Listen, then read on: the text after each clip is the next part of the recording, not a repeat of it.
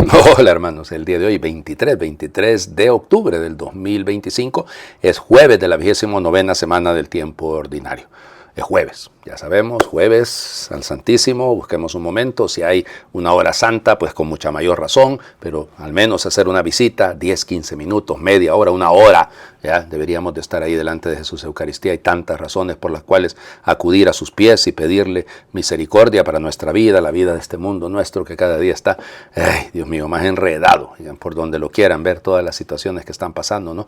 No sé si han visto lo que ha pasado en Irlanda, lo que está pasando en el Japón, o sea, realmente son situaciones muy complejas, y no digamos nuestros países en América Latina, que no adolecemos de las mismas dificultades, pero tenemos otras igualmente delicadas, ¿no? Bueno, hoy les voy a hablar de un filósofo. Sí, se le conoce en la historia como Boecio, el filósofo Boecio, pero que era de la familia de los Anicios, es decir, de una familia senatorial, de una familia de alcurnia en el mundo romano. Es importante en la iglesia porque hay algunos santos que son también, de hecho hay dos papas que fueron de la familia Anicios, sí, de las Anicios. San Gregorio Magno fue pariente de Boecio.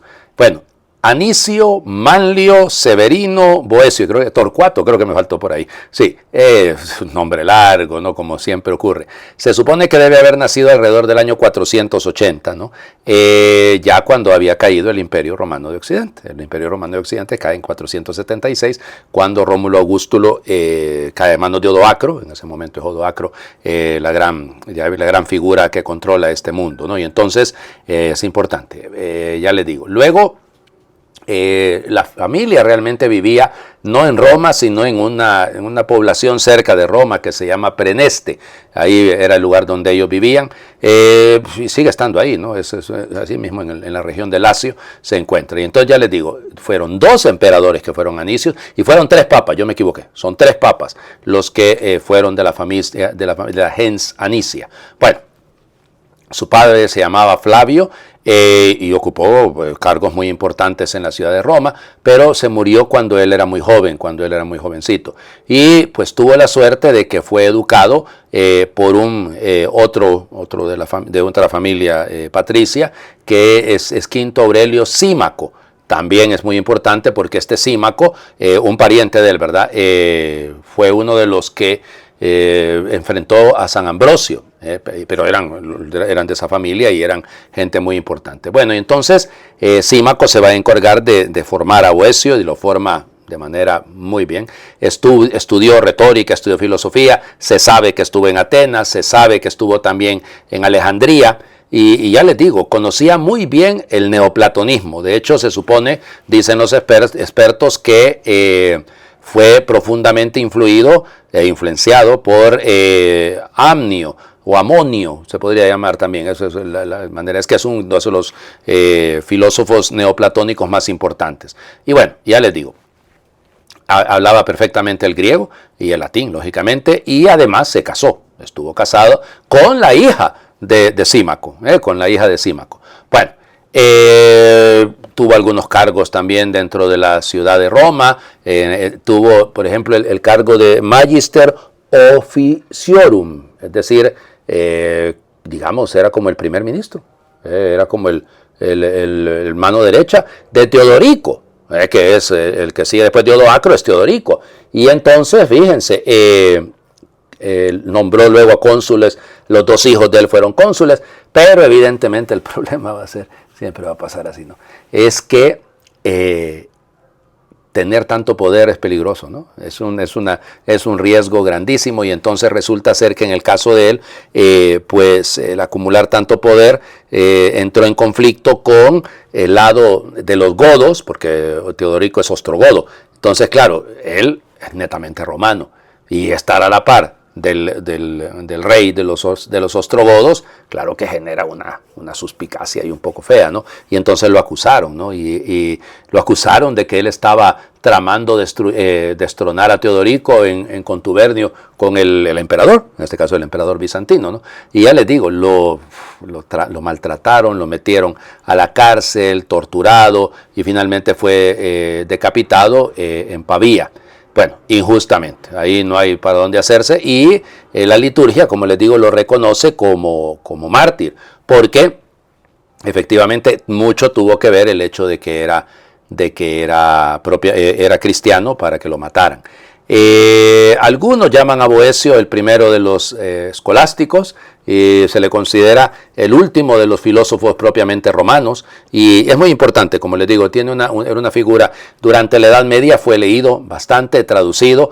Él se encargó de traducir, por ejemplo, el Organon de Aristóteles, y ya les digo, la obra más importante, la más famosa, es la Consolatio Philosophiae, es decir, el de Consolazione, ¿no? Es un diálogo que él monta entre él y la filosofía. Y entonces va utilizando unas imágenes muy bellas. La filosofía es una mujer. Y entonces va, pero muy interesante porque, ya les digo, de ahí viene lo propiamente católico. Porque él hace ver a la filosofía como que si fuera la divina providencia. Sí, sí. Y entonces ya es un trabajo muy extraordinario. Bueno, beatificado, como les digo, por el Papa León XIII en 1883. Vamos a las lecturas del día de hoy. Seguimos en la carta a los Romanos, capítulo 6, versículos del 19 al 23. Hermanos, por la dificultad natural que tienen ustedes para entender estas cosas, voy a seguir utilizando una comparación de la vida ordinaria.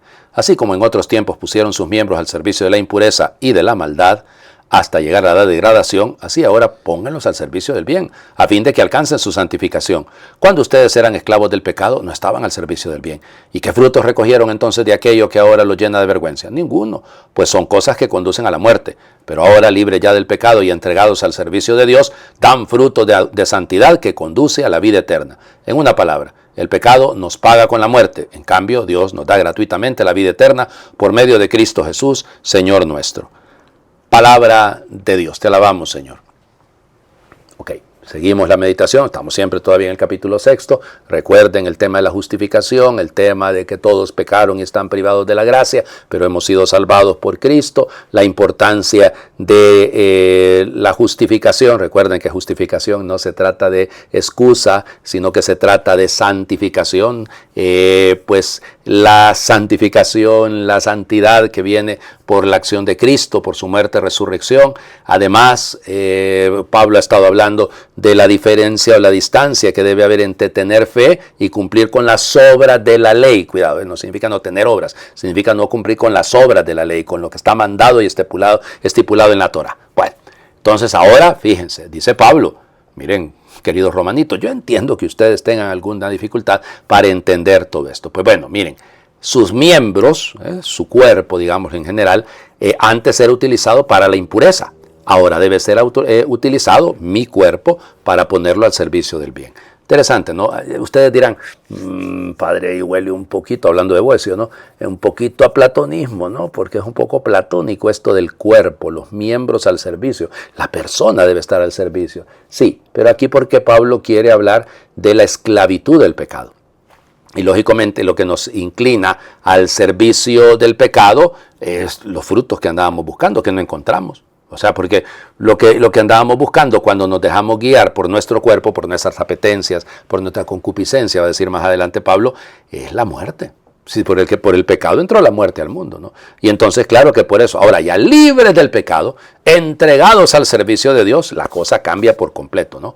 Porque nada, de Dios hemos recibido, esta es la intención de Pablo, ¿no? La gratuidad de Dios, es revisar que todo lo hemos recibido por gracia y que ha sido la misericordia de Dios la que nos ha propiciado precisamente esta posibilidad, ¿no? Y esto es clave en la teología paulina, la libertad en Cristo, ¿no? Porque es una respuesta de amor libre al amor de Dios, pero al mismo tiempo también una respuesta que implica la consecuencia de toda la vida, todos los miembros al servicio del bien. El Evangelio es la continuación del de ayer. Okay, cuidado, no nos perdamos. Seguimos todavía en este capítulo 12 de Lucas. Ahora leemos los versículos del 49 al 54. En aquel tiempo Jesús dijo a sus discípulos, he venido a traer fuego a la tierra, y cuánto desearía que ya estuviera ardiendo. Tengo que recibir un bautismo, y cómo me angustio mientras llega. ¿Piensan acaso que he venido a traer paz a la tierra? De ningún modo. No he venido a traer la paz, sino la división. De aquí en adelante, de 5 que hay en una familia, estarán divididos 3 contra 2 y 2 contra 3. Estará dividido el padre contra el hijo contra el padre, la madre contra la hija y la hija contra la madre. La suegra contra la nuera y la nuera contra la suegra. Palabra del Señor. Gloria a ti, Señor Jesús. Bueno, insisto que venimos, esta es la continuación de lo que hemos leído ayer. ¿Se acuerdan? de la imagen que hemos estado utilizando del administrador fiel, al que mucho se le da, mucho se le exigirá, al que se le confía, y cuidado que no era el siervo, ya después de lo de siervo Jesús subió el tono a hablar del administrador, del oikónomo, ¿se acuerdan? Todo esto fue lo que hemos estado viendo a lo largo de los últimos días, ¿no? Hemos seguido leyendo esto.